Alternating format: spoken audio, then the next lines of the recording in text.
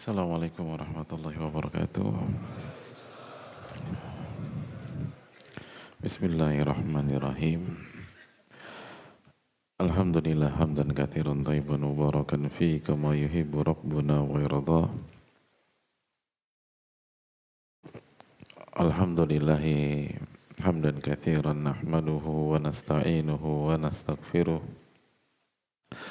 Wa na'udzu billahi min syururi anfusina wa min sayyiati a'malina. Man yahdihillahu fala mudilla lahu wa man yudlil fala hadiyalah. Nashhadu an la ilaha illallah wahdahu la syarika lah wa anna Muhammadan abduhu wa rasuluh. Ya ayyuhalladzina amanu taqullaha haqqa tuqatih wa la tamutunna illa wa antum muslimun. Ya ayyuhan nasu taqu rabbakum alladzi khalaqakum min nafsin wahidah wa khalaqa minha zawjaha wa batha minhuma rijalan katsiran wa nisaa'a wattaqullaha alladzi tasaaluna bihi wal arham innallaha kana 'alaikum raqiba. Ya ayyuhalladzina amanu taqullaha wa qulu qawlan sadida yuslih lakum a'malakum wa yaghfir lakum dhunubakum wa may yuti'illaha wa rasulahu faqad faza fawzan 'azima. Allahumma inna nas'aluka ilman nafi'a wa na'udzubika min ilmin la yanfa'. Allahumma 'allimna ma yanfa'una wanfa'na bima 'allamtana. Allahumma ansurna wal muslimin khassatan al madhlumina minhum fi Filistin wa fi kulli makan. Allahumma aslih lana umurana kullaha wa aslih wulata umurina innaka waliyyu dzalika wal qadiru alaih. Hadirin yang Allah muliakan, jamaah sekalian, alhamdulillah kita panjatkan puji dan syukur kita kepada Allah Subhanahu wa taala atas nikmat yang Allah berikan kepada kita sehingga kita bisa bersua di majelis yang semoga Allah berkahi ini dalam rangka belajar, menambah ilmu dan juga menambah iman. Karena kalau kita hanya berhasil menambah ilmu secara wawasan pada hari ini, kemungkinan besar kita gagal dalam ibadah kita. Karena ilmu itu tidak menjadi ilmu nafi, hanya menjadi wawasan. Tugas kita di hari ini atau di kajian ini adalah bagaimana menjadikan atau bagaimana memahami ilmu, lalu bagaimana mengamalkan dan menjadikan ilmu itu bermanfaat untuk kehidupan kita di dunia dan di akhirat. Dan itulah keberhasilan. Itulah keberhasilan kita. Dan itulah salah satu kunci agar kita terhindar dari penyakit ujub sebagaimana yang sedang kita bahas. Karena jamaah yang Allah muliakan, Malik bin Dinar mengatakan, man talabal ilm lil amali waffaqahullahu, barang siapa yang belajar dengan niat ingin mengamalkan apa yang dia pelajari, maka Allah akan memberikan taufik kepada dia. Allah akan memberikan taufik dan dia akan berhasil. Dia akan berhasil. Dalam keterangan ulama yang lain, Imam Zahabi mengatakan, kasarahul ilmu, dia akan jadi tawadu, gitu. Dia akan merendah, gitu.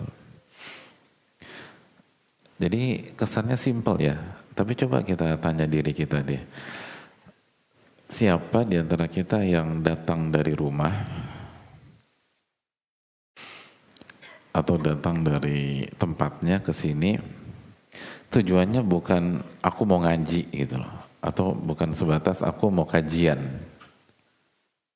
atau apa motif antum datang ke sini apa hadirin? ngaji, kajian, terus apa lagi? Nyari jodoh. Assalamualaikum. Jadi mau belajar ya, mau ngaji. Lalu koma tuh gitu loh. Dan aku ingin mengamalkan ilmu yang aku pelajari hari ini. Nah itu. Jadi nggak cukup datang mau kajian, nggak cukup. Tapi datang mau kajian dan nanti ilmu yang disampaikan oleh guru kita atau ustadz kita, saya ingin amalin gitu. Ya udah tekad, saya pengen ngamalin. Terlepas nanti kita mampu apa tidak, karena kaidah fikih mengatakan la wajib ma'al ajaz, nggak ada kewajiban kalau kita nggak mampu. Tapi punya tekad dulu gitu loh, punya semangat dulu, punya niat dulu, punya nawaitu dulu gitu kalau bahasa kita. Pokoknya apa yang saya dapatkan, saya ingin amalkan gitu. Terlepas ternyata nggak bisa gitu loh. Ternyata misalnya ada kajian tentang berinfak 7 miliar. Nah, kira-kira kan bisa. Oh masih bisa di sini. Boleh juga antum ini. 7 miliar masih bisa ya, oke. Misal berinfak 20 M gitu lah. Misalnya. Aduh nggak bisa, nggak masalah. Yang penting datang niatnya untuk ngamalin gitu. Datang niatnya untuk ngamalin. Maka kalau itu yang kita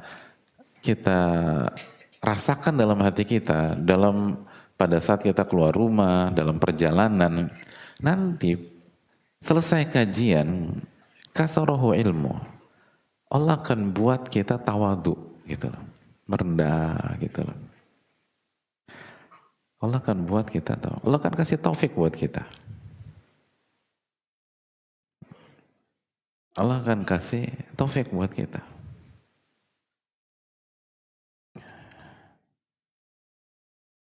Tapi kalau dilanjutkan ya, kata Malik bin Dinar rahimahullah, wa man talabal ilma li ghairil amal, barang siapa yang menuntut ilmu bukan untuk diamalkan, bukan untuk diamalkan,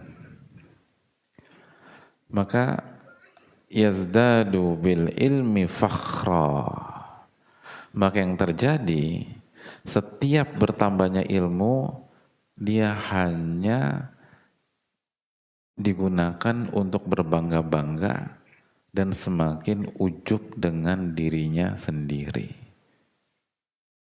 Jadi semakin tambah ilmu, semakin bangga dengan dirinya. Nambah lagi, bangga lagi dengan dirinya.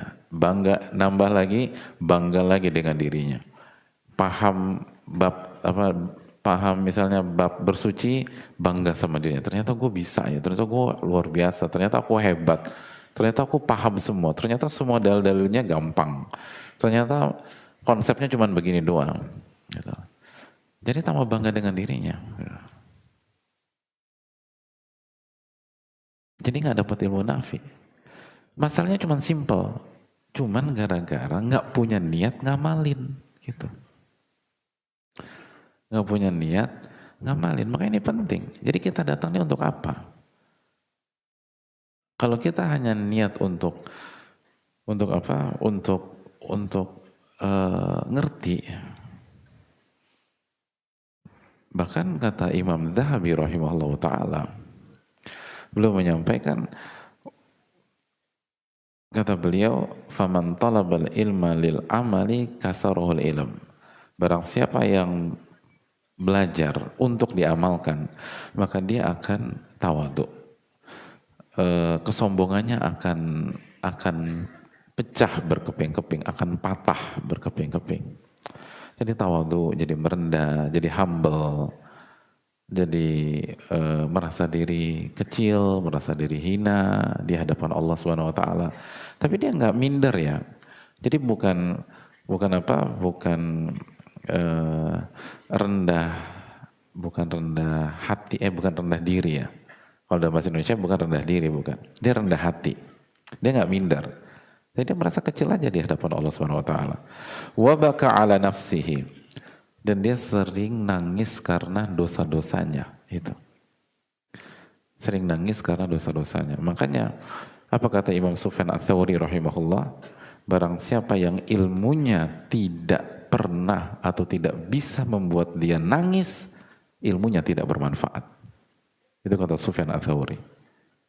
Kalau ilmunya tidak bisa membuat dia menangis karena dosa, karena kesalahan, karena khilafan, ilmunya nggak bermanfaat.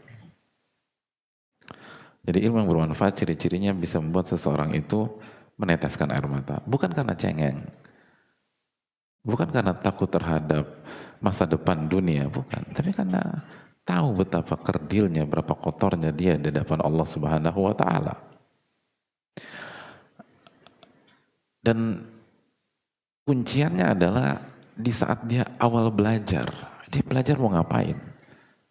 Dan kita akan dapatkan itu kalau tujuan kita belajar untuk diamalkan. Simpelnya, kita datang ke kajian atau kita ikuti sebuah kajian online, niatkan dari awal saya bertekad ingin ngamalin isi kajian ini semampu saya, sebisa saya, semaksimal saya. Selama itu adalah kebenaran.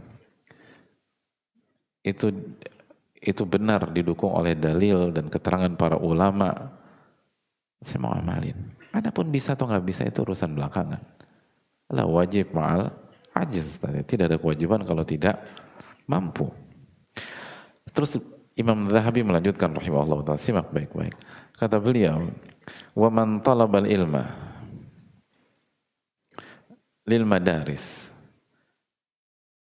wal ifta wal fakhr warriya tahamaqa waqtal wasdara bin nas wa ahlakahul ujub.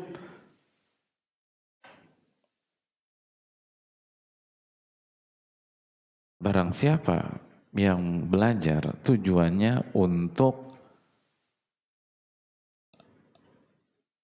mengajar, untuk jadi guru, jadi ustadz, untuk keren-kerenan, untuk bisa fatwa, untuk bisa jawab pertanyaan, biar pinter gitu. Lalu biar dipuji, biar berbangga-bangga gitu loh. Saya mau jadi ustadz paling jago, ustadz paling pintar, ustadz paling banyak jamaahnya, ustadz paling ini atau guru. Saya ingin buat sekolah dan sekolah saya harus jadi nomor 1 di dunia atau di segala macam. Itu ambisinya, fakhr. Nanti sekolah saya sekolah terbaik di Indonesia, terbaik di Jakarta gitu. Lalu ria, biar dipuji orang, biar dikagumi sebagai seorang ustadz yang Masya Allah segala macam, atau menjadi ahli fatwa yang hebat, yang sudut pandangnya tajam, yang fatwanya tuh akurat. Jadi tujuannya agar dipuji dan untuk berbangga-bangga. Maka tahamako, dia akan jadi orang dungu kata para ulama. Dan dia akan bermasalah dan dia akan hancur dengan ujub. Dia akan kena penyakit ujub. Itu poin. Jadi makanya hati-hati loh gitu. Jadi kalau kita datang ke kajian, niat kita hanya biar pinter saja, biar ngerti, titik, Anda akan ujub ke depan. Bukan kata saya, kata Imam Adz-Dzahabi rahimahullah ta'ala. Salah satu ulama hadis dari mazhab Syafi'i.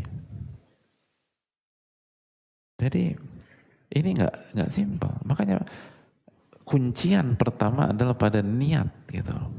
Apa niat kita datang?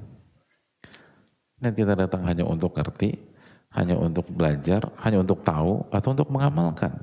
Kalau niat kita untuk mengamalkan, terlepas sekali lagi, nanti kita bisa aja nggak mampu.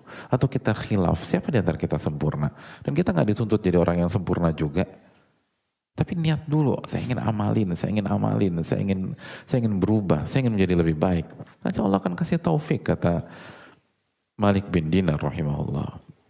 Dan Allah akan membuat kita tawadu, Allah akan membuat kita rendah hati, jadi humble, jadi pribadi yang menyenangkan, merendah di hadapan Allah dan rendah hati di hadapan manusia. Tapi kalau tujuan kita hanya ingin menjadi menjadi ulama yang hebat atau guru yang jago, yang kalau nerangin tuh luar biasa, yang membuat orang terpukau, lalu punya sekolah yang bagus, punya pondok atau punya eh, tempat pendidikan yang terdepan dan memang niatnya untuk berbangga-bangga aja. Lalu agar dipuji orang, maka kita akan jatuh dan kita akan hancur dengan sifat ujub kita. Dan kita jadi orang dungu kata para ulama. Ya karena kan kita udah bahas bahwa definisi ujub apa? Kedunguan yang, kok lupa? Kedunguan yang apa? Ya, overstock, overdosis. Siapa tadi overstock? Nah ini, jadi dungu yang kelebihan gitu loh. Bingung mau taruh di mana, akhirnya taruh diri dia. Ya akhirnya jadi ujub karena keterlaluan, nggak pantas kita ujub. Siapa yang dungu overstock tadi? Angkat tangan. Loh kok angkat tangan? Kan pertanyaannya siapa yang dungu overstock? Bukan siapa yang menjawab pertanyaan tersebut. Kok angkat tangan itu loh?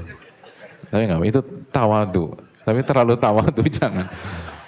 Gitu loh. Karena ya, ini menunjukkan enggak ujub lah insya Allah. Karena orang ujub nggak mau ngaku.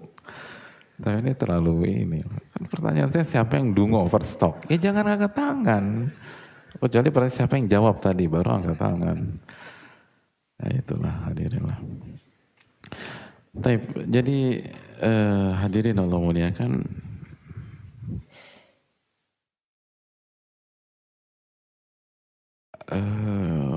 Niatkan untuk mengamalkan. Walaupun berat, walaupun nanti tergelincir, walaupun nanti jatuh, semua kita demikian hadirin. Kullu ba'di Adam khata'. Setiap anak Adam banyak melakukan kesalahan, tapi harus tekad dulu. Saya mau ngamalin nih. Saya mau ngamalin. Dapat ilmu tentang iman, saya mau ngamalin. Dapat ilmu tentang tauhid, saya mau ngamalin tauhid gitu. Dapat ilmu tentang kesyirikan, pokoknya saya mau mengatakan tidak pada kesyirikan. Gimana caranya? Itu tadi. Nanti Allah kasih taufik. Allah akan buat kita berubah. Dan hati kita akan lembut gitu loh. Makanya misalnya banyak kita-kita yang merasa setelah ngaji bertahun-tahun kok hati semakin keras ya gitu. Dulu tuh kayaknya gampang nangis, gampang meneteskan mata, gue udah beristighfar, kok sekarang susah? Evaluasi ini. Oke, kita rutin ngaji, tapi apa niatnya? Masih adakah spirit mengamalkan ilmu tersebut ketika kita datang kajian? Atau kita kajian sebagai rutinitas? Atau kemudian ketemu teman, nanti janjian sama partner baru di kajian. Jadi niatnya udah mencar kemana-mana. Maka niatkan untuk mengamalkan ilmu tersebut. Ini penting. Dan buat kita semua, termasuk yang berbicara. Kita bicara dan seterusnya itu apa niat kita? Kalau hanya untuk menyampaikan, nanti kita jadi sombong. Tapi kalau kita ingin mengamalkan dan kita ingin berusaha menjadi lebih baik lagi, maka Allah akan rendahkan hati kita. Semua kita tanpa terkecuali. Dan sekali lagi, ilmu ini, kata Imam Malik, kata para ulama lain, kuntu ata'allamu li nafsi. Saya ini belajar untuk memperbaiki diri. Jadi kita belajar ilmu seperti ini bukan untuk kita tembakkan ke saudara kita. Gitu. Kita lihat ada ustadz yang jamannya banyak, itu ujub tuh kayaknya tuh. Kemarin baru belajar. Tapi bukan jangan begitu. Justru gampang memvonis itu salah satu bentuk ujub juga. Karena terpukau dengan pola pikirnya sendiri. Gitu. Jadi sekali lagi kita perbaiki diri kita dan kita husnudzon dengan saudara kita. Husnudzon baik sangka dengan pihak lain. Dan itulah akhlak seorang muslim. Allahu ta'ala misal. Semoga Allah memberikan kita ilmu nafi dan semoga Allah menjauhkan kita dari ilmu yang tidak bermanfaat. Semoga Allah mudahkan segala urusan kita dan memperbaiki segala urusan kita, urusan pemimpin-pemimpin kita, dan semoga Allah menolong kita dan umat khusus yang terzalimi di Palestina dan di berbagai macam tempat. Allahu ta'ala a'lam. Udah selesai Ustaz kajiannya. Loh ini baru muqaddimah ini loh. Ini kan baru muqaddimah. Ayo kita masuk lagi ke materi. Kita lanjutkan materi kita. Eh, Jamaah yang Allah muliakan, sekali lagi kita masih bicara tentang ujub. Dan ujub sangat berbahaya dan harus terus kita ulang-ulang karena ini penyakit gitu. Penyakit, khususnya penyakit orang-orang berhasil. Justru gini loh, masalah ujub seringkali kita lebih butuh pada saat kita sudah sukses dibanding pada saat kita di awal-awal bisa jadi. Ujub sekali lagi penyakitnya orang-orang berhasil, penyakitnya orang-orang punya kelebihan. Lebih artinya mereka atau orang-orang berhasil lebih berpeluang terjangkit ujub dibanding orang-orang gagal atau newbie. Benar nggak sih? Kalau hadirin sekalian, baca Al-Fatihah saja masih lahan jali atau belajar masih terbata-bata. Kira-kira potensi ujubnya besar atau kecil? Pokoknya berantakan deh gitu loh. Al-Ikhlas berantakan gitu loh. Potensi ujubnya besar atau kecil? Kecil.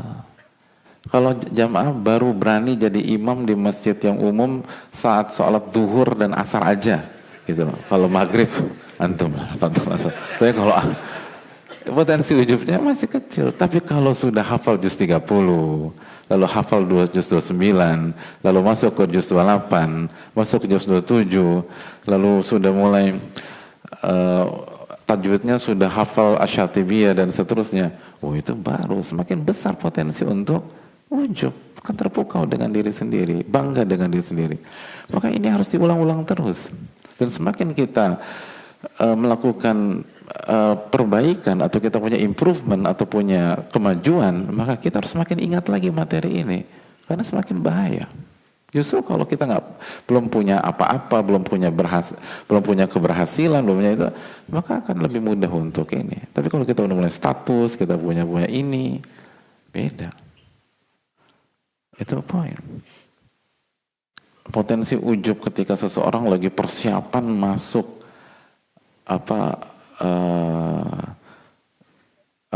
universitas negeri misalnya, itu dengan peluang ujub ketika dia sudah masuk dan sudah lolos dan sudah pakai jaket kebesaran dan warna kebesaran kampus tersebut, sama atau beda? Beda. Lalu kepotensi ujub ketika dia masih jadi anak baru dan belum ada, dengan potensi ujub ketika dia sudah mendapatkan nilai dan IPK-nya cum laude, potensi ujub sama atau beda? Beda juga, terus begitu. Jadi ini bahaya jamaah sekalian. Dan jangan pernah remehkan ini. Justru kita harus semakin hati-hati dalam masalah ujub. Sangat mengerikan, sangat menakutkan.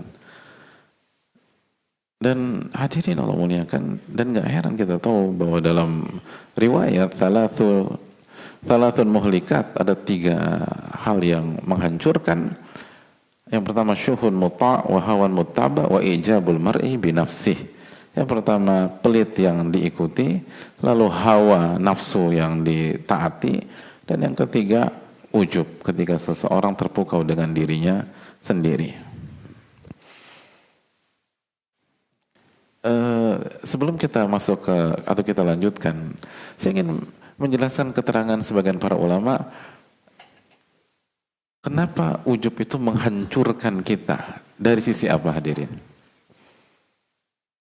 Ujub itu menghancurkan kita itu dari sisi apa? Dari berapa sisi? Sisi apa aja?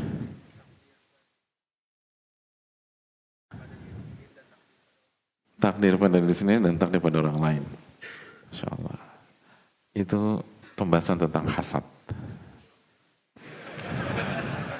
Oh nggak apa-apa, dapat hadiah, berani gitu, bagus. Berani.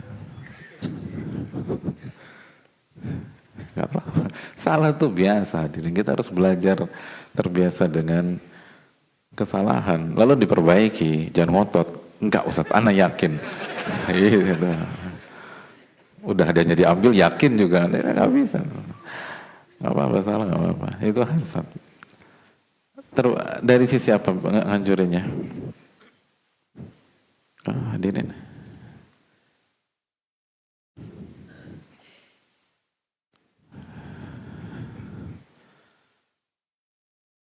dari dua sisi. Sisi yang pertama, ujub itu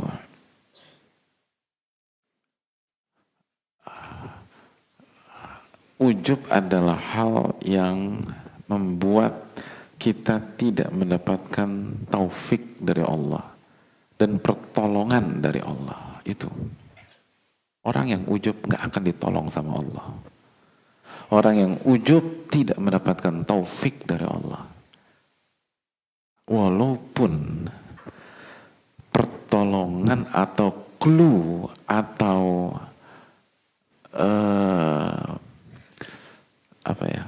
kunci-kunci pertolongan itu depan mata kita. Itu Allah tutup kalau kita ujub dan kalau kita sombong. Itu yang bikin masalah. Makanya orang kan hancur. Begitu Anda ujub, Anda hancur. Kenapa? Allah nggak tolong Anda.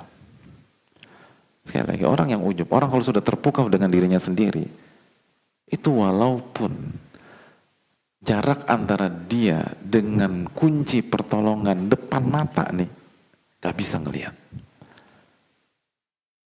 Jadi orang yang ujub kalau bahasa kita itu clueless. Padahal cluenya depan mata dia. Depan mata dia. Gak bisa baca dia. Kenapa? Terpukau dengan dirinya sendiri. Kagum dengan dirinya. Dia gak akan ngelihat ke kanan, dia gak akan lihat kiri, dia gak akan depan. Makanya Allah berfirman apa dalam surat Al-Asr 46?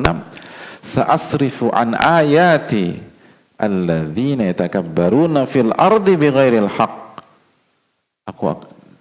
Aku akan palingkan ayat-ayatku dari orang-orang yang kiber, yang sombong. Dan kita tahu salah satu definisi ujub apa? Kiber. Ujub secara bahasa kiber. Ujub secara bahasa adalah sombong. Dan ujub adalah anak tangga menuju kesombongan. Setelah ujub, Anda akan sombong. Itu poinnya. Itu yang dijelaskan para ulama.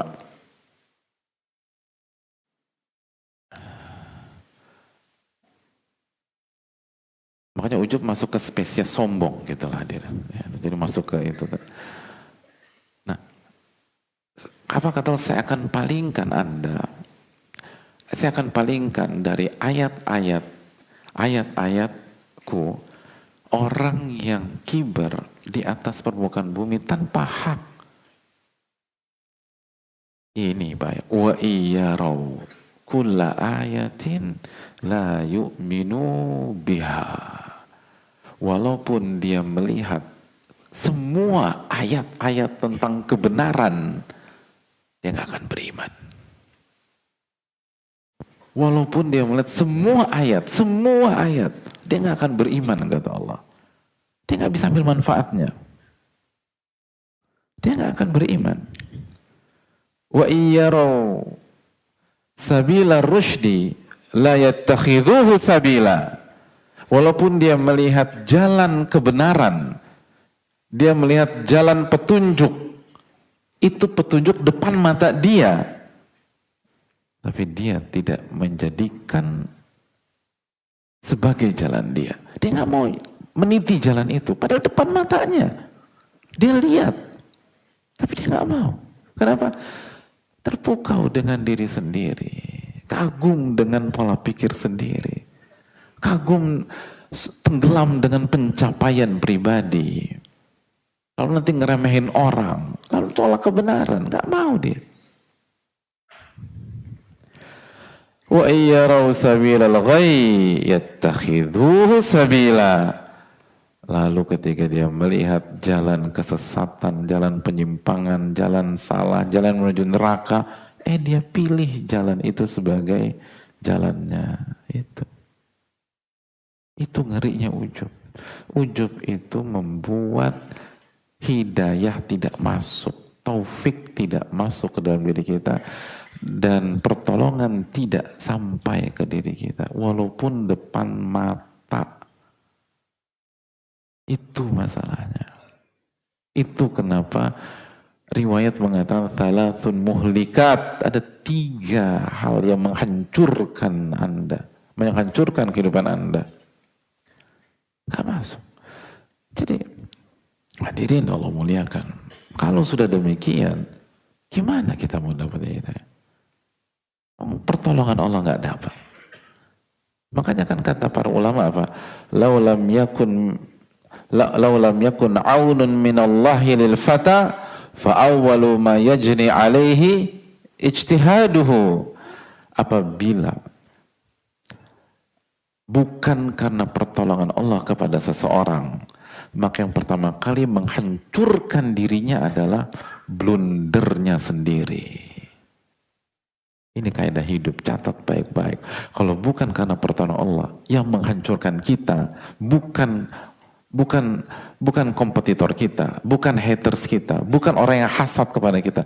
Yang menghancurkan kita diri kita sendiri, manuver kita yang keliru, blunder kita yang konyol, pola pikir dan pandangan kita yang salah. Orang yang ujub gak dapat pertolongan. Berarti ketika dia memutuskan dengan apa? Dirinya sendiri. Ketika dia melangkah dengan bertumbuh pada kakinya sendiri. Sedangkan wa khuliqal insanu dha'ifa, manusia diciptakan dalam kondisi lemah, kata Allah dalam surat An-Nisa 28. Dan Allah katakan juga dalam surat Al-Ahzab, innahu kana zaluman jahula. Manusia itu zalimnya minta ampun, bodohnya luar biasa. Lalu jadi makhluk yang zalimnya luar biasa, bodohnya minta ampun, membuat ketika hadapin masalah membuat keputusan, begitu menghadapi ujian membuat keputusan. Dan kalau dia berdoa nggak diterima sama Allah karena dia ujub. Allah nggak kasih pertolongan. Gimana orang itu mau berhasil? Gimana orang itu mau selamat? Orang nggak selamat, hancur. Ini fakta yang harus kita camkan. Orang yang ujub, dia akan hancur karena pertolongan Allah tertahan dengan ujubnya, nggak mau masuk. Walaupun kunci-kunci pertolongan, jalan-jalan tersebut, clue-clue tersebut itu depan mata dia. Walaupun dia lihat seluruh ayat, dia tidak mau mengikutinya. Kenapa? Terpukau dengan dirinya sendiri. Orang tuh kalau udah kagum sama diri sendiri nggak akan dengar orang lain, nggak akan dengar pihak lain. Kata kalau bahasa para ulama, hum rijal wa nahnu rijal. Kalau bahasa dia laki-laki, saya laki-laki. Dia pakar, saya pakar. Oke, dia pintar, saya juga pintar. Dia punya logika, saya punya logika. Dia punya paradigma, saya punya paradigma. Dia punya pengalaman, saya juga punya pengalaman. Gak mau dengar orang dia. Dia terpukau dengan dirinya sendiri. Maka pertolongan Allah tidak masuk ke ayat orang tersebut. Ditinggalin sama Allah. Makanya sekali lagi, cara Allah menghancurkan kita, nggak perlu utus burung ababil, hadirin. Kita bukan Abroha gitu loh. Gak harus pakai gitu. Cukup Allah tinggalkan aja. Allah nggak kasih pertolongan. Allah tinggalkan. Allah nggak kasih taufik. Allah kasih taufik. Berantakan kita, berantakan. Habis. Makanya kita lihat orang-orang sombong dan orang-orang yang ujub itu kan melakukan atau hancur karena blunder-blunder konyol. Lihat Fir'aun, kurang kagum apa sama dirinya sendiri, ngaku Tuhan, hadirin, ngaku Tuhan. Lihat bagaimana melakukan blunder konyolnya minta ampun. Saya mau tanya hadirin sekalian, kira-kira nih kalau pakai logika ya, hadirin lagi ngejar seseorang sampai ke Pantai Ancol. Ya, hadirin kejar terus orang itu udah di situ. Tiba-tiba itu Laut Ancol terbelah. Terus dia lewat. Pertanyaan simpel secara logika, antum mau masuk nggak ke lantu tersebut? Hah? Mau masuk? Fir'aun. Lo gimana sih? Bayangin, ini orang di depan matanya dipukul-pukul, itu Laut Ancol kebelah. Bukan satu, malah 12 kalau Nabi Musa. 1, 2, 3, 4, 5. Sesuai dengan qabilah Bani Israel, 12 kebelah. Kok masuk itu loh? Ainal ukul, mana logika, mana akal sehat? Bisa dimengerti kan sih hadirin? Kan kita aja yang gak pinter-pinter amat, tenang kita juga gak pinter-pinter amat, kita kan juga mikir, nih orang bisa ngebelah. Udah nih, alasannya apa, kayak sakit perut, kayak migrain kambuh, kayak banyak ini. Cuma jangan masuk itu kekonyolan. Laut terbelah, dia bisa kabur. Kok Anda masuk gitu loh. Itu kan kekonyolan, blunder besar. Bener gak sih hadirin? Hadirin mau masuk gitu? Oh enggak gitu. Udah nanti dulu nih gitu. Udah biarin aja, musuh masih banyak, cari yang lain aja. Gak usah ngurusin dia. Ngeri itu. Itu semua orang yang punya akal sehat akan mengatakan, enggak, saya nggak masuk. Itu Firaun masuk hadirin. Lihat orang yang terpukau dengan dirinya sendiri. Akhirnya mati di situ. Semua demikian. Blunder-blunder konyol. Terpukau dengan diri sendiri. Wih, itu kan pelajaran bagi kita semua. Makanya udahlah. Kita nggak secerdas mereka. Kita nggak sekuat mereka. Mereka saja ujub. Berantakan hidupnya. Dan melakukan belum, makanya laulam yakun audan minallahi lil fata fa awwalu ma yajri alaihi ijtihadu. Kalau bukan karena pertolongan Allah kepada seseorang, yang pertama kali menghancurkan dia adalah blundernya sendiri, pandangannya sendiri. Jadi hadirin, dan contoh seperti itu banyak dalam sejarah. Baca sejarah manusia. Baca orang-orang yang terpukau dengan dirinya sendiri, kagum dengan, suka muji-muji diri sendiri. Gimana endingnya?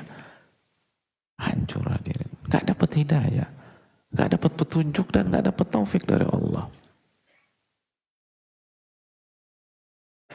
Itu pertama, yang membuat ujub itu menghancurkan hidup kita. Adapun yang kedua kata para ulama, ats-tsani annahu yufsidul amala salihah.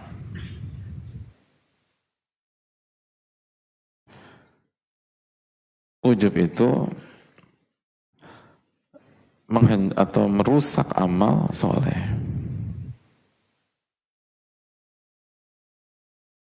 Merusak amal soleh. Sebagaimana yang sudah kita sampaikan bersama-sama bahwa ujub itu menghancurkan amal soleh.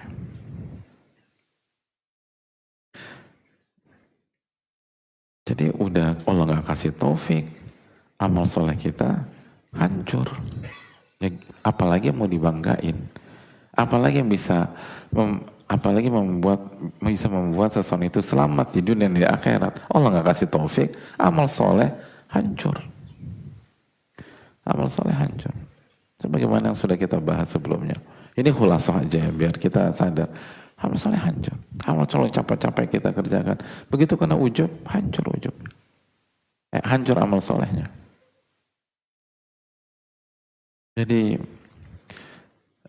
itu hal yang perlu kita renungkan bersama-sama.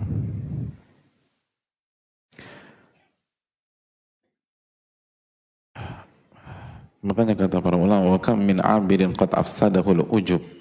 Betapa banyak para ahli ibadah itu amal ibadahnya rusak gara-gara ujub. Rusak gara-gara ujub.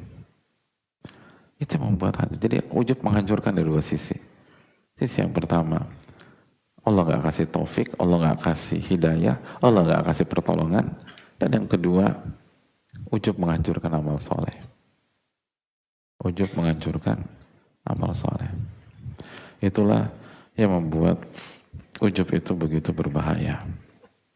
Nah, lalu kembali kita, bagaimana pengobatannya? Bagaimana pengobatannya? Kita sudah jelaskan bahwa yang pertama, bahwa kita meyakini atau dengan meyakini bahwa apa yang kita kerjakan gak akan bisa kita kerjakan tanpa taufik dari Allah Subhanahu wa ta'ala. Tanpa taufik dari Allah Subhanahu wa ta'ala. Maka orang yang meyakini hal ini, mereka akan menghabiskan waktu mereka bukan dengan ujub, tapi dengan bersyukur. Tapi dengan bersyukur, bukan dengan ujub, tapi dengan bersyukur.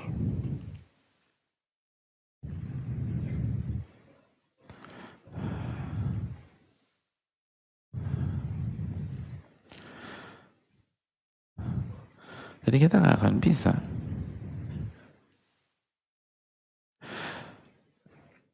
Saya akan bacakan keterangan Ibnu Hazm rahimahullah ta'ala tentang masalah ini. Kata Ibnu Hazm rahimahullah ta'ala, wa in ujibat wa in ujibta bi ilmika, jika Anda terpukau ujub dengan ilmu Anda. Ini ujub karena ilmu nih, dan ujub karena ilmu salah satu ujub yang paling sering menjangkit banyak pihak. Jika Anda ujub dengan ilmu Anda terpukau karena Anda ngerti sana, ngerti sini, punya hafalan banyak, hafalan Quran banyak, hafalan hadis juga banyak. Fa'lam annahu la khaslata laka fih. Ketahuilah Anda tuh nggak punya bagian dari ilmu tersebut. Wa annahu mauhibatun mujarradah. Karena ilmu Anda itu pemberian dari Allah. Pemberian dari Allah. Pemberian. Anda nggak punya hak untuk kagum, karena itu bukan diri Anda, itu pemberian dari Allah. Itu pemberian dari Allah.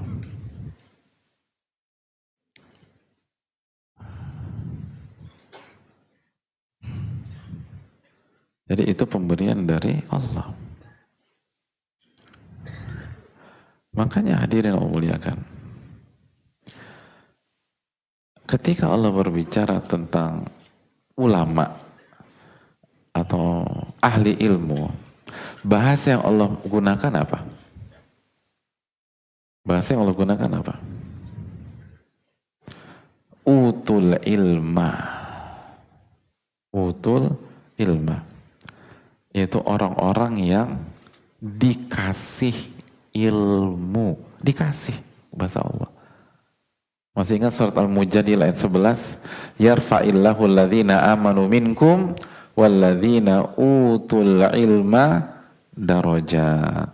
Allah akan mengangkat derajat orang-orang yang beriman dan yang dikasih ilmu. Dikasih. Anda nggak, itu dikasih. Makanya Imam Ahmad juga mengatakan ilmu itu dikasih sama Allah. Makanya kata Ibnu Hazm rahimahullah, Anda nggak punya hak untuk ujub karena ilmu itu dikasih. Wahabaka iyyaha rabbuka, Allah yang kasih. Fala tuqabilha bima yuskhitu. Maka ketika udah dikasih, mbok ya tahu diri. Jangan merespon dengan hal yang membuat Allah murka, yaitu ujub. Gitu. Ada orang dikasih, hadirin gini loh, ada simpel aja ya. Hadirin kasih orang 10 miliar, tiba-tiba besok dia buat konten, dia bilang dia dapat 10 miliar karena kerja keras dia. Enaknya orang ini diapain? Nah itu pikirin aja. Kemarin kita kasih 10 M. Cash, free of charge, gratis sudah. Nggak usah ini. Nih keras buatnya. Besoknya dia buat konten, katanya dia kerja keras, dia nggak tidur semalaman, segala macam, bisa ini, terus sampai sosok bijak. Makanya lu semua pada belajar yang benar, kerja keras. Dia kan gue kasih 10 miliar. Kok dia klaim kerja keras gitu loh. Saya kasih tuh. Gimana, nyebelin nggak hadirin orang kayak gitu? Jadi sadar ya betapa menyebalkannya kita kalau kita ujub. Kan Anda dikasih, kok merasa pintar? Saya ini punya ilmu karena saya belajar yang rajin, saya hafalan saya banyak, karena saya itu rajin belajar, suka menabung, tidak sombong. Ini apa ini orang nih? Jadi hadirin Allah muliakan, Dikasih. Lalu kata Ibnu Hazm, ingat, fala'allahu yunsika dzalika bi'illatin yamtahinuka biha tuwallidu 'alaika nisyana ma'alimta wa hafidta. Tidak menutup kemungkinan Allah mencabut ilmu tersebut dan membuat Anda lupa karena penyakit, karena sebuah masalah, kecelakaan, amnesia, segala macam, untuk menguji Anda. Atau ada kejadian atau sesuatu yang membuat Anda lupa apa yang Anda pernah pahami, apa yang Anda ketahui, dan apa yang Anda hafalkan. Gak bisa nih. Karena daya ingat itu dari siapa? Allah. Kemampuan memahami deh. Oke. Kita belajar dan mengulang-ulang pembahasan tersebut 20 kali. Hadirin, ada orang 30 kali nggak paham-paham. Jangan kan 20 kali, 30 kali nggak paham-paham. Kenapa? Dia nggak dikasih daya, dia nggak dikasih kemampuan memahami sebagaimana kemampuan kita. Jangan sombong.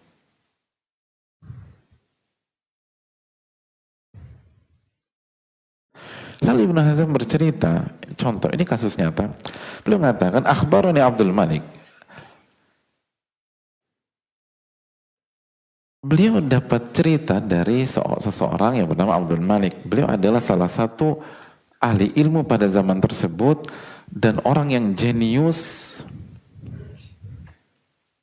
dan orang yang objektif dan orang yang proporsional dalam banyak hal. Dan kalau meneliti sesuatu akurat. Annahu kana dha haddin minal hifdz azim. Dan ia punya daya ingat yang sangat luar biasa. Bayangkan. Jenius. Lalu objektif. Lalu kalau membahas sesuatu akurat. Lalu penuh dengan kaidah-kaidah ilmiah, proporsional. Lalu daya ingatnya, hafalannya luar biasa. La yakadu yamuru ala sam'ihi syai' yahtaju ila isti'adatih. Wa annahu yarqibal bahr. Itu pada saat beliau cerita, ini orangnya, sosok ini cerita, Abdul Malik rahimahullah cerita bahwa kalau dia mendengar sesuatu, seringkali dia nggak perlu minta diulang untuk memahami dan menghafal itu. Bayangkan, dengar sesuatu nggak perlu minta diulang, gitu lah. Siapa yang punya daya ingat seperti itu dan punya kemampuan memahami demikian? Nggak perlu diulang. Bayangin. Misalnya hadirin belum hafal An-Naba misalnya. Tiba-tiba sholat isya, imamnya baca amma yatasa'alun 'anil naba'il 'azim. Selesai sholat isya, hafal An-Naba. Siapa coba? Angkat tangan. Dapat hadiah. Dan nggak perlu diulang, langsung hafal. Gara-gara imamnya baca An-Naba, langsung hafal. Ada di kita gitu. Nah, ada. Coba, ada. Coba, yang ada nggak ngaku siapa? Angkat tangan. Yang ada tapi nggak ngaku. Siapa kita punya daya ingat seperti itu? Mungkin ada 1-2, tapi secara umum, bayangkan. Dengar sesuatu, nggak perlu diulang.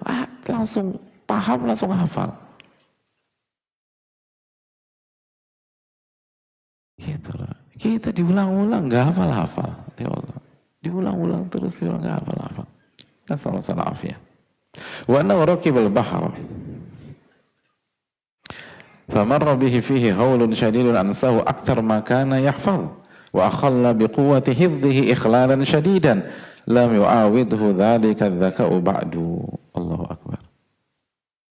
Lalu beliau berlayar, kejadian sesuatu, ada kecelakaan mungkin sesuatu yang menyebabkan beliau lupa mayoritas apa yang beliau hafal, lupa mayoritas, dan membuat lemah hafalan beliau.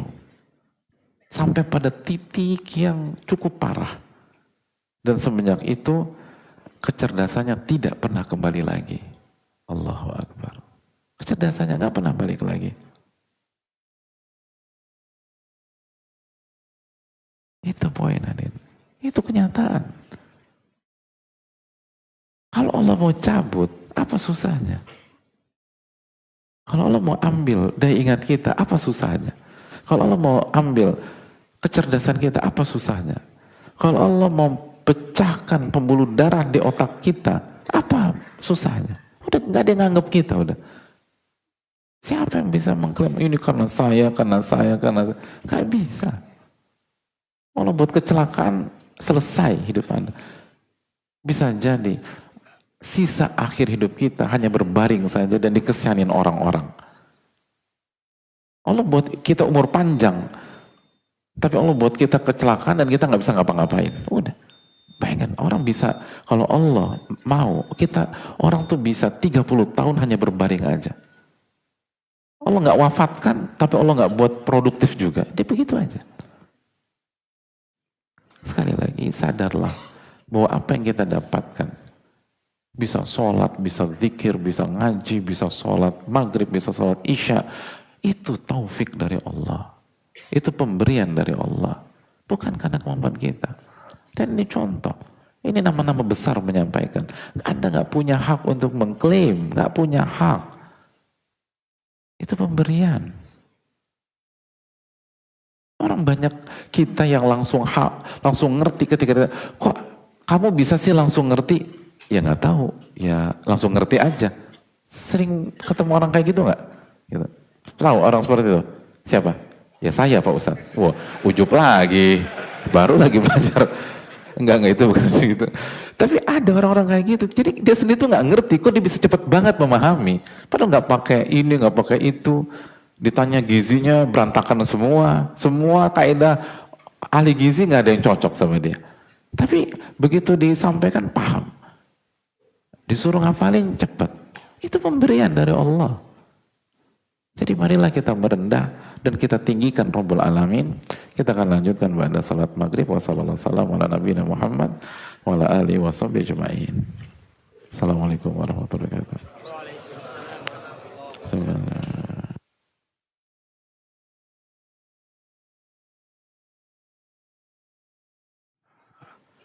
Alhamdulillahi rabbil alamin. Wa bihi nasta'in ala umuri dunia wa din. Wassalatu wassalamu ala ashrafi anbiya wal mursalin wa ala alihi wa sahbihi ajma'in.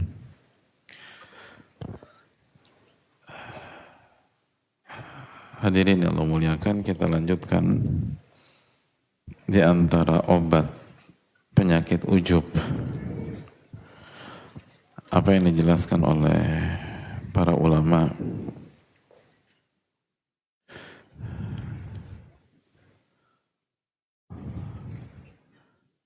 seperti dijelaskan oleh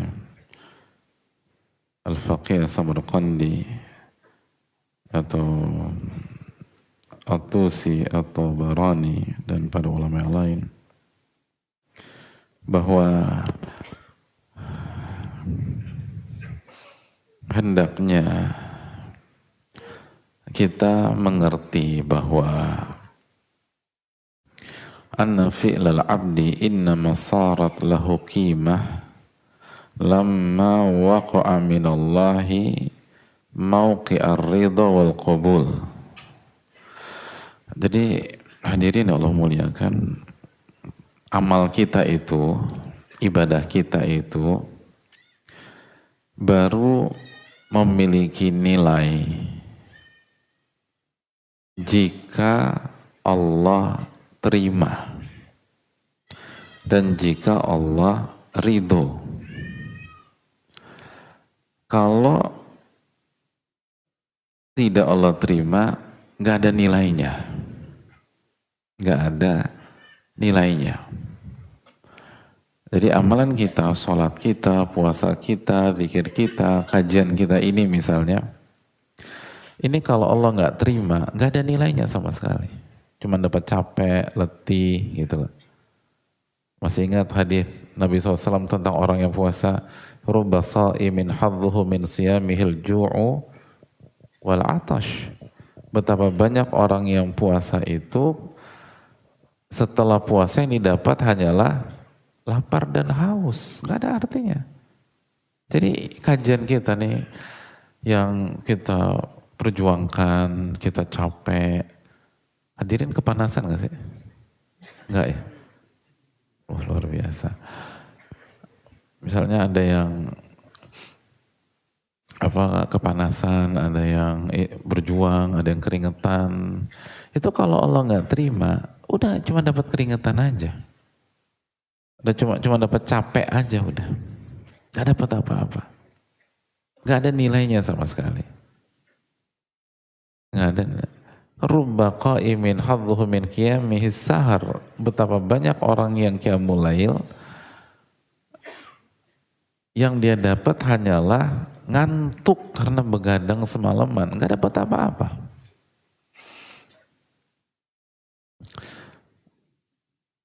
Jadi amal dan ibadah kita baru punya nilai, baru dianggap prestasi gitu ya, punya nilai. Itu kalau Allah terima. Nah, di sini poinnya. Siapa yang tahu dan bisa memastikan Allah terima kajian kita sore hari ini? Siapa yang bisa memastikan Allah terima sholat maghrib kita tadi? Siapa yang bisa memastikan infak kita yang, berapa infak antum kemarin? 20 miliar. Yang 20 miliar kemarin itu diterima sama Allah. Siapa yang bisa memastikan? Jadi apa? Tolong kasih argumentasi kuat kita layak ujub gitu loh. Jadi ujub itu kan seseorang terpukau dengan dirinya karena bisa melakukan ini, itu, sholat, zikir. Ya kalau nggak diterima nggak ada gunanya hadirin. Nggak ada. Ada orang misal ujub hafalannya 15 juz. Kita punya hafal 15 juz, Allah nggak terima, nggak ada gunanya. Kita punya hafalan 30 juz, tapi kalau Allah nggak terima dan Allah nggak ridho, nggak ada artinya. Bahkan Quran itu opsinya kan kata para ulama, kata Syekh Ibnu Utsaimin rahimahullah hanya dua, hujjatun lak au alaik. Opsinya cuma dua, jadi syafaat atau bumerang. Jadi kalau nggak istilah nggak ada artinya, itu bukan netral gitu loh. Bukan seri, bukan remis, bukan 00. Akan jadi bumerang. 30 juz itu baru bernilai jika Allah terima. 15 juz itu baru bernilai jika Allah terima. Kalau nggak Allah terima, nggak ada artinya. Kita punya kecerdasan, kita selesaikan kitab ulama, kitab A, kitab B, kitab C, kitab D. Itu baru bernilai kalau Allah terima. Kita ngaji sudah 5 tahun, ada yang 10 tahun, ada yang 15 tahun, ada yang 20 tahun. Itu 20 tahun ikut kajian, baru bernilai jika Allah terima. Kita kagum, kita ujub karena haji kita kemarin atau umrah Ramadan kita. Itu haji tahun kemarin atau umrah Ramadan tahun lalu. Baru bernilai jika Allah terima. Semua demikian. Nah pertanyaan, siapa yang bisa memastikan? Kalau kita nggak bisa memastikan, lalu apa dasar seseorang itu terpukau dengan dirinya sendiri, terpukau dengan prestasinya? Itu tidak jadi prestasi apapun kalau Allah nggak terima. Itu hanya jadi prestasi jika Allah terima. Itu poin. Makanya itu dijelaskan para ulama. Amalan, ibadah baru bernilai kalau Allah ridhoi dan Allah terima. Kalau Allah nggak ridhoi dan Allah terima, Allah nggak terima, gak ada gunanya.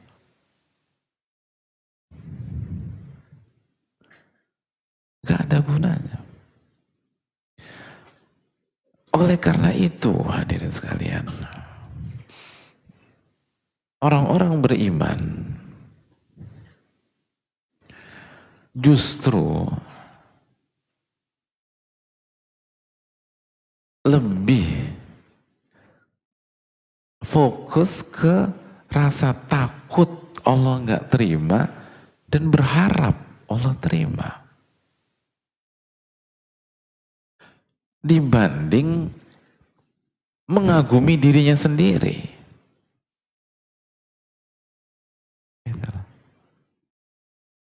Dan begitu semua. Misalnya kita berprestasi, selamat ya atas keberhasilan Anda hafal 10 juz. Itu kan pujian manusia. Nggak ada yang pantas diselamati kalau Allah nggak terima. Maka orang-orang beriman tidak terkecoh dengan itu. Orang-orang beriman tidak terpukau dengan dirinya sendiri walaupun ada trigger atau ada faktor dari luar, dipuji kanan, dipuji kiri, disanjung. Bagi orang beriman nggak ada artinya sampai Allah terima. Sampai Allah terima. Makanya hadirin sekalian, ciri orang beriman jelas Allah firmankan di dalam Al-Quran dalam surat Al-Mu'minun ayat 60. Walladzina yu'tuna ma ataw wa qulubuhum wajilah annahum ila rabbihim raji'un. Dan orang-orang yang setelah mereka mengerjakan sesuatu hati mereka khawatir karena mereka akan kembali kepada Allah Subhanahu wa taala. Itu terjemahannya. Jadi orang-orang yang setelah melakukan sesuatu, setelah memberikan sesuatu, mereka takut, mereka khawatir. Karena mereka yakin mereka akan dikembalikan kepada Allah Subhanahu wa taala. Tapi di ayat ini Allah nggak jelaskan apa sih yang mereka kerjakan. Cuman sebuah statement, ada orang yang takut, orang mengerjakan sesuatu, sebuah kegiatan, sebuah perbuatan. Setelah melakukan perbuatan, setelah melakukan aktivitas tersebut, hati mereka takut karena mereka akan kembali kepada Allah dan mempertanggungjawabkan hal itu semua. Aisyah radhiyallahu ta'ala anha jenius, hadirin. Ibunda kita ini jenius. Maka beliau dengan kejeniusannya bertanya kepada Rasulullah SAW tentang ayat ini. Ayat Allah berfirman, orang-orang yang melakukan sesuatu, disebutkan sesuatunya? Enggak. Cuman cluenya, gitu loh. Kisi-kisinya setelah melakukan itu mereka takut. Mereka takut. Maka Aisyah bertanya kepada Nabi kita alaihi salatu wassalam, ya Rasulullah, orang-orang yang Allah sebutkan dalam Al-Mu'minun ayat 60, apakah mereka adalah orang-orang yang yasriq, mereka mencuri, wa yazni, mereka berzina, wa yashrubul khamar, lalu dia minum khamar, lalu setelah mereka lakukan itu mereka takut akan diazab oleh Allah Subhanahu wa taala karena mereka sadar mereka akan kembali kepada Allah Subhanahu wa taala. Justru mereka ketakutan karena mereka harus mempertanggungjawabkan hal tersebut di hadapan Allah. Apakah mereka lah yang dimaksud oleh Allah Subhanahu wa taala? Karena Allah nggak sebutkan. Coba buka ayatnya, kan ada kan ayatnya di layar. Allah nggak sebutkan secara spesifik apa yang dilakukan. Allah menggunakan bahasa yang masih global, tapi Allah kasih clue, Allah kasih kisi-kisi. Setelah melakukan itu takut orang-orang ini. Orang-orang cerdas akan berpikir, kegiatan apakah yang setelah mengerjakannya orang itu ketakutan? Jawabannya apa? Ini cerdas kan nih? Hah? Maksiat. Oh, Masya Allah, cerdas di sini. Jadi orang-orang yang menggunakan logika akan langsung berpikir, oh ini maksiat.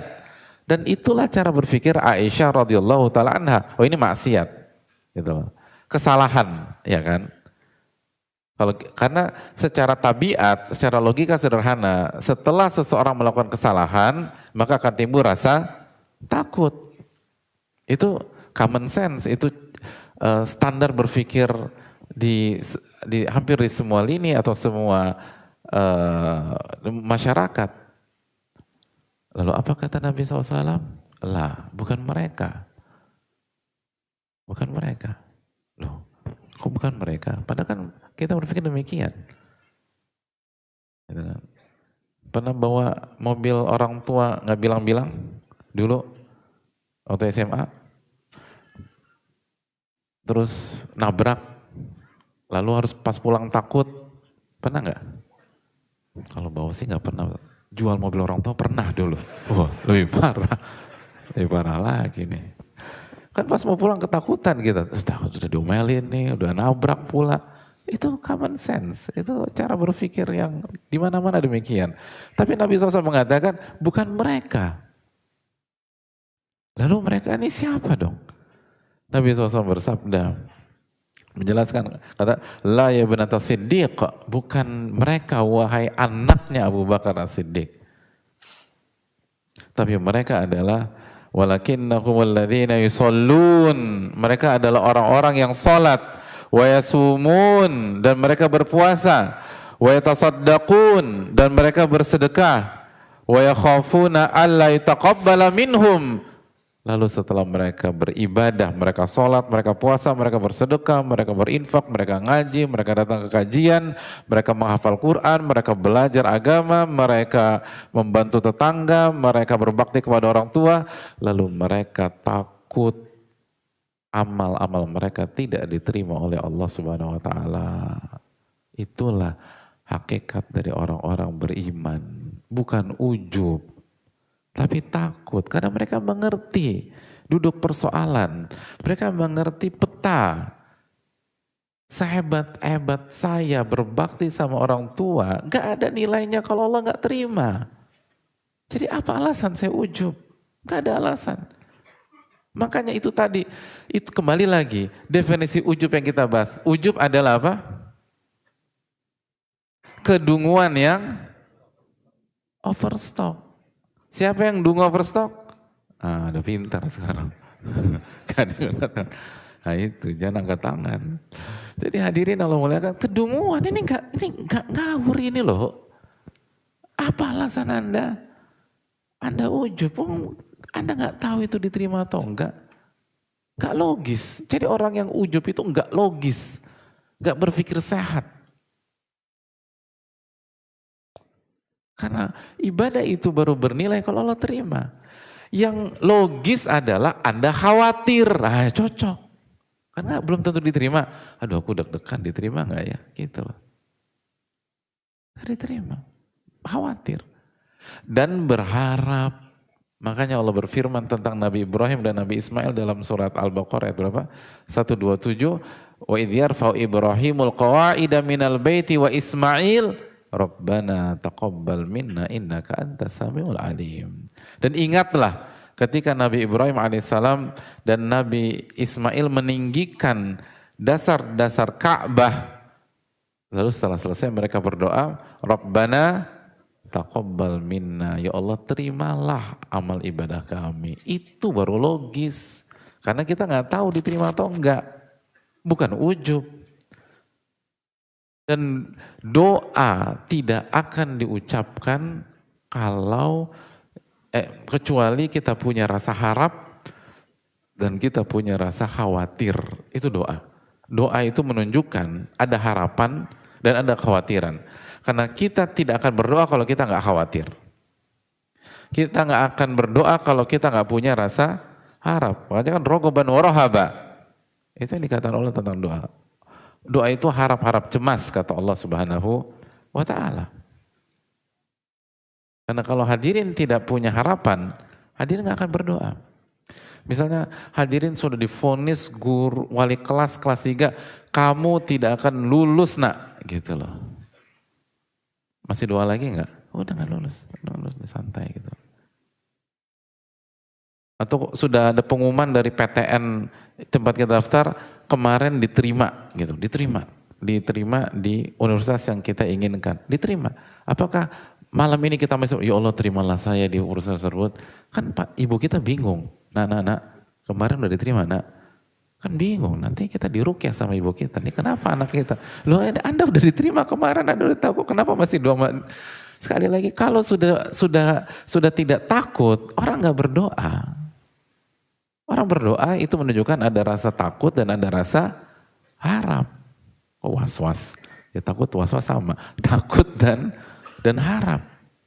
Itulah sikap yang sangat logis, sikap yang tepat ketika kita telah mengerjakan ibadah apapun, sebesar apapun, sebanyak apapun, sementereng apapun, semengkilau apapun, dan semenarik perhatian apapun bagi khalayak ramai. Yang harus kita lakukan adalah berharap dan khawatir. Bukan ujub. Ujub sebuah sikap yang tidak logis. Gak logis, kok Anda ujub? Itu tidak logis sama sekali.